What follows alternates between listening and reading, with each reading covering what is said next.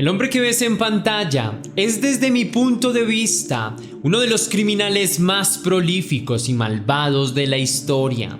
BTK, one of the most notorious serial killers in the history of our country. A sick individual. His name is Dennis Rader. There are new developments in a case that terrorized the central U.S. for decades. You will find a homicide at 43 South 13, Nancy Park. The rare glimpse inside the mind of a serial murderer. The BTK killer terrorized Wichita, Kansas for 3 decades.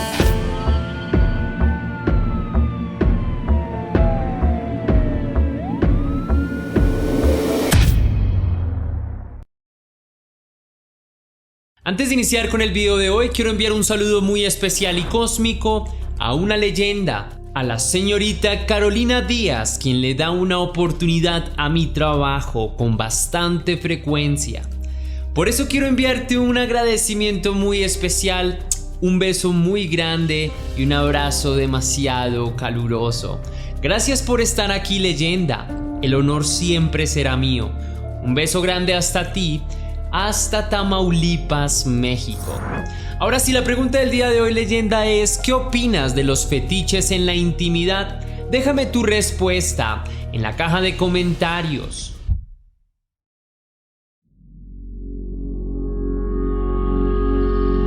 Para muchas personas, el señor Dennis Rader era el arquetipo clásico de lo considerado como una buena persona o un ciudadano modelo. Para la sociedad, el hombre pagaba sus impuestos a tiempo.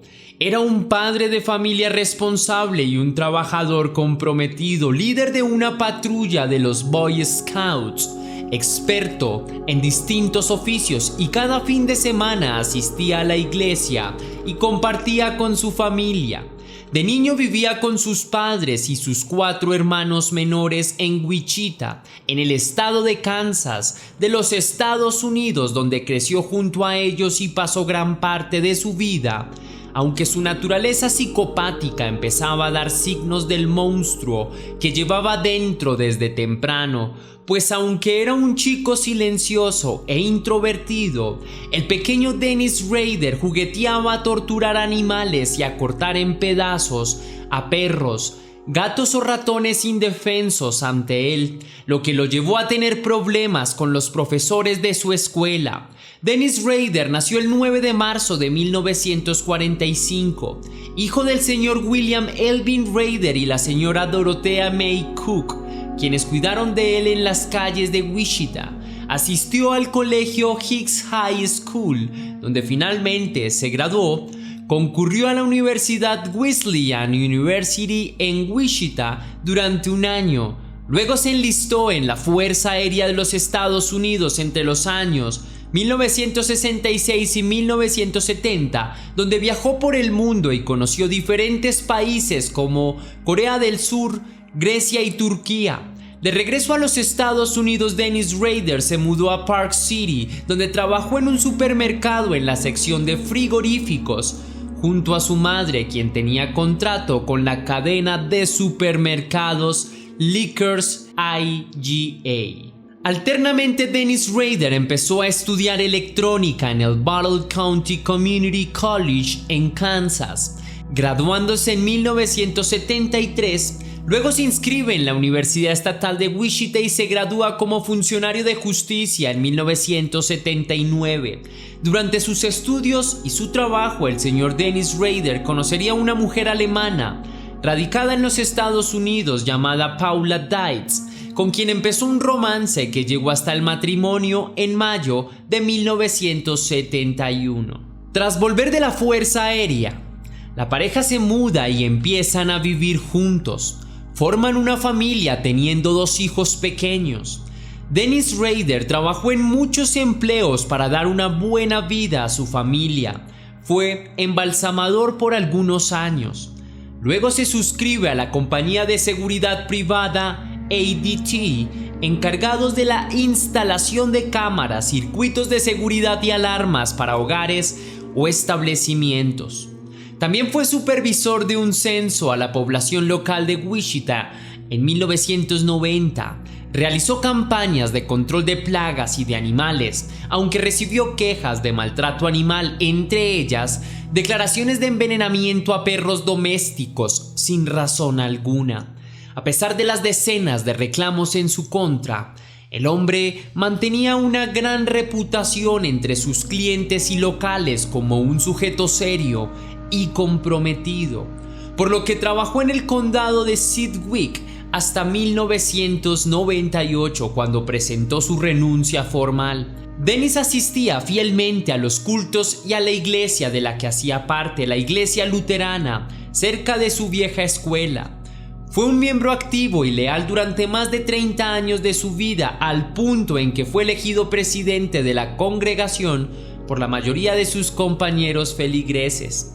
También fue líder de patrulla en los Boy Scouts, donde aprendió muchos sobre nudos, sobre diferentes tipos de amarre, también a usar navajas y varias tácticas de supervivencia y sigilo, siendo muy cuidadoso con sus pertenencias, lo que influyó erróneamente en él, quien empezaba a desarrollar cierto gusto por el bondage y las ataduras, también en su faceta íntima, aunque su gusto iba mucho más que un simple fetiche.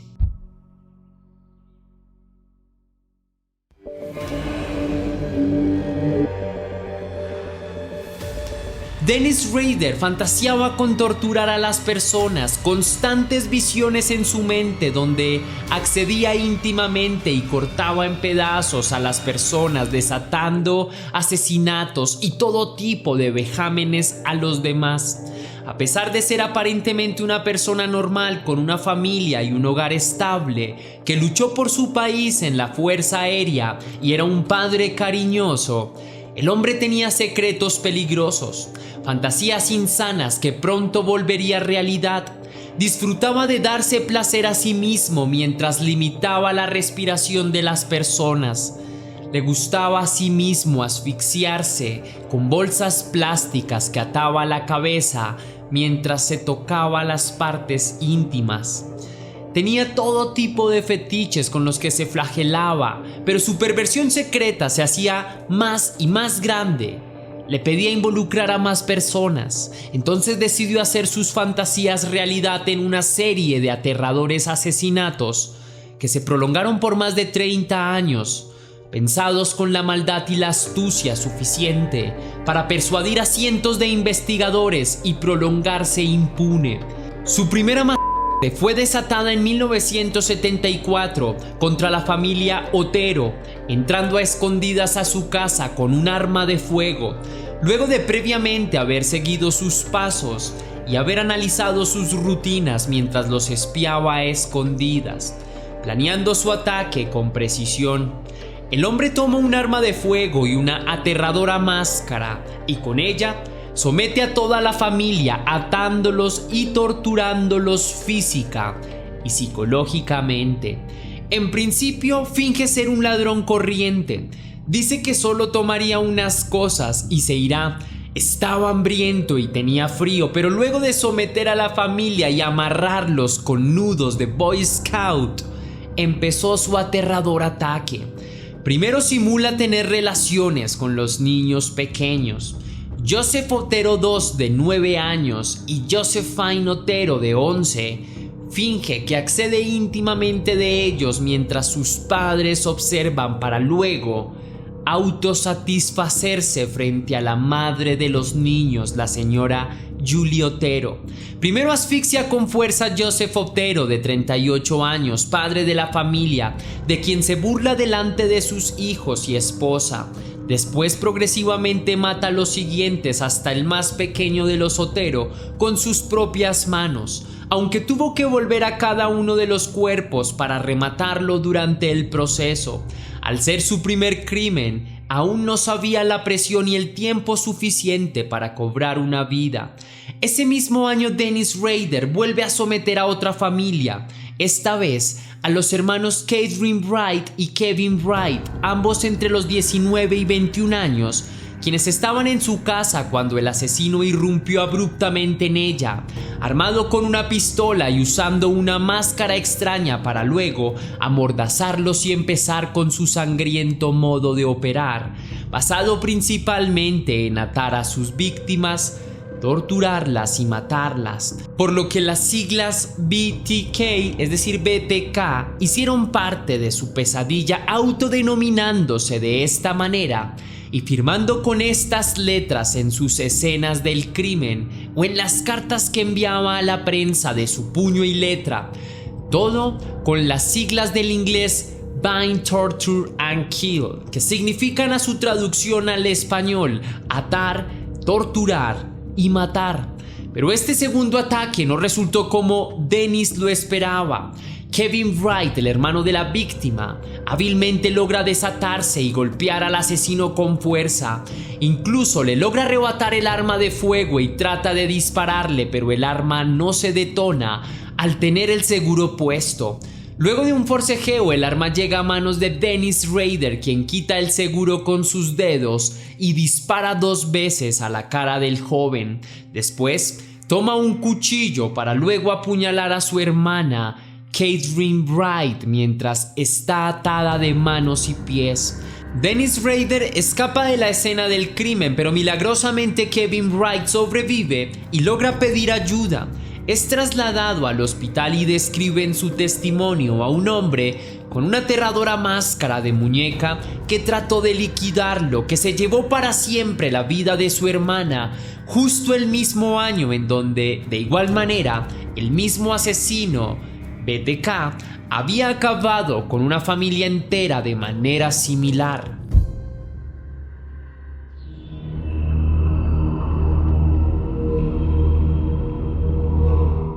Los crímenes llegan a la prensa y la televisión. Posteriormente 3 hombres son sospechosos y los 3 confiesan ser el asesino, lo que molesta a Dennis Rader, que decide comprobar que son impostores, pues detesta que les sea arrebatada la fama y la reputación que está labrándose. Entonces llama a la policía y habla de una carta en un estante de la biblioteca pública con detalles del asesino sobre el caso Otero, carta que es encontrada y analizada como verdadera, por lo que los 3 sospechosos quedan absueltos de ser el asesino BTK. 3 años después, el asesino de BTK volvió a atacar, tratando de pasar desapercibido ante los investigadores por un tiempo. Esta vez eligió a una mujer y a sus hijos, a quienes había vigilado con cautela. Se trataba de Shirley Diane, de 26 años, a quien ató y asfixió mientras sus niños estaban encerrados en el baño. El asesino se autosatisface sobre ella mientras la ahorcaba y cuando termina se dirige al baño para sacar a los niños y darles un final semejante. Pero el teléfono de la casa suena de repente, asustándolo lo suficiente como para salir despavorido. Ese mismo año vuelve a atacar. Su siguiente víctima, la señorita Nancy Fox, de 25 años, es asesinada por asfixia el 8 de diciembre de 1977, asfixiada con sus propias pantimedias, del mismo modo que los casos previos. El asesino entró a su casa a escondidas y la ahorcó con sus manos. Luego se vino sobre ella. Cínicamente, el asesino llama a varios noticieros locales para mofarse de sus crímenes. También a las líneas de emergencia, donde relata ser el asesino de una nueva chica, dando los datos y las fotos de su nueva víctima. 8 años pasarían para su siguiente crimen, tiempo donde se mantuvo fuera de los radares, compartiendo con su familia y sus amigos, fingiendo ser una persona normal. El 27 de abril de 1985 volvería a atacar a su nueva víctima, la señora Marin Hedge, de 53 años, quien fue encontrada desnuda y muerta por asfixia mecánica cerca de su propia casa. En esta ocasión no hubo ataduras, pero sí se encontraron pantimedias cerca al cuerpo inerte. Presunta arma homicida. Al año siguiente, Dennis Rader mataría a Vicky Wegerly, de 28 años, madre de un niño de 2 años, quien quedó a cargo de su esposo. quien contribuyó en las investigaciones policíacas y contrató a detectives privados. Su último caso serio fue en 1991 tras arrebatarle la vida a la señora Dolores Davis de 62 años, quien fue encontrada debajo de un puente sin signos vitales, presuntamente asesinada de la misma forma, atada, torturada y ultimada.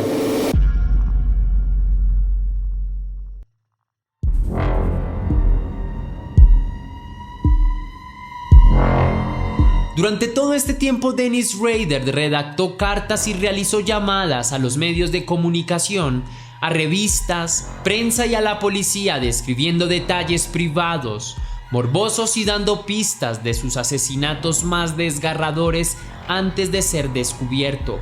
Así fue como desde 1974 hasta 1991, cientos de hombres en el estado de Wichita eran acusados de ser posiblemente el asesino misterioso. Todas declaraciones erróneas, pues extrajo ADN del asesino de los fluidos seminales dejados adrede en las escenas del crimen.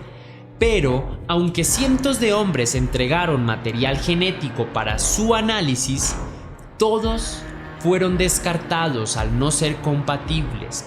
Con cinismo y osadía, el asesino envía un nuevo material por correo, un cassette CD directamente a la comisaría de policía, con fotos de su nueva víctima e imágenes de su carnet de conducción para mostrarse un paso más delante de ellos. Pero para ese tiempo la tecnología ya permitía analizar los metadatos del dispositivo y los documentos junto a su procedencia, descifrando dónde fue grabado, dando una conexión a una de las iglesias de la ciudad, la iglesia luterana de la que Dennis Rader hacía parte como presidente. Si bien los datos aún no eran suficientes como para culpar a Dennis Rader de ser el asesino y condenarlo por los crímenes, se investigó a cada uno de los miembros de esa iglesia luterana. También se analizaron muestras de ADN. En el caso de Dennis Rader, su material genético fue solicitado a la universidad de la hija del asesino, lo que comprobó su conexión directa, siendo arrestado en el año 2005, el 25 de febrero. Dennis Rader fue remitido a la correccional Kansas a los 60 años, interrogado por más de 40 horas, donde confesó con entusiasmo cada uno de sus crímenes. Estaba orgulloso y emocionado por ser famoso. No mostró arrepentimiento ante ninguno. Condenado el 27 de junio por 10 crímenes de asesinato y abuso a 10 cadenas perpetuas, poco más de 175 años de prisión. Confesó que también se vestía con la ropa de sus víctimas y se sacaba fotos tipo selfie para coleccionar. Aunque hubo rastros seminales en las escenas del crimen, nunca tuvo intimidad real con sus víctimas.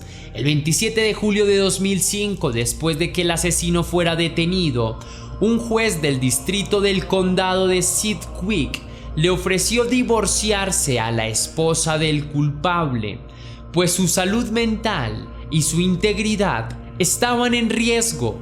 Ninguno de los dos protestó sobre la decisión y luego de 33 años de matrimonio, Dennis Rader y Paula Rader se divorciaron. Hasta aquí va el video de hoy, leyenda. Si te gustó la investigación, déjame saber con tu misterioso like. Recuerda seguirme en todas mis redes sociales para que tú y yo estemos aún más en contacto. Si quieres y si puedes hacer una pequeña donación para la producción de Test Misterios, estaré enormemente agradecido. Lo puedes hacer de dos maneras distintas. La primera, con el botón de super gracias que se ubica allí abajo, justo al lado del botón descargar, o también lo puedes hacer vía PayPal, ya que tienes el link en la descripción y en el comentario fijado. Si lo haces de cualquiera de estas dos maneras, recibirás un agradecimiento personalizado y un saludo de mi parte para un próximo video. Ahora sí, sin nada más que añadir por hoy, mi querida leyenda, recuerda que las dudas te acompañan, que somos misterio y que tú y yo nos vemos en el próximo caso.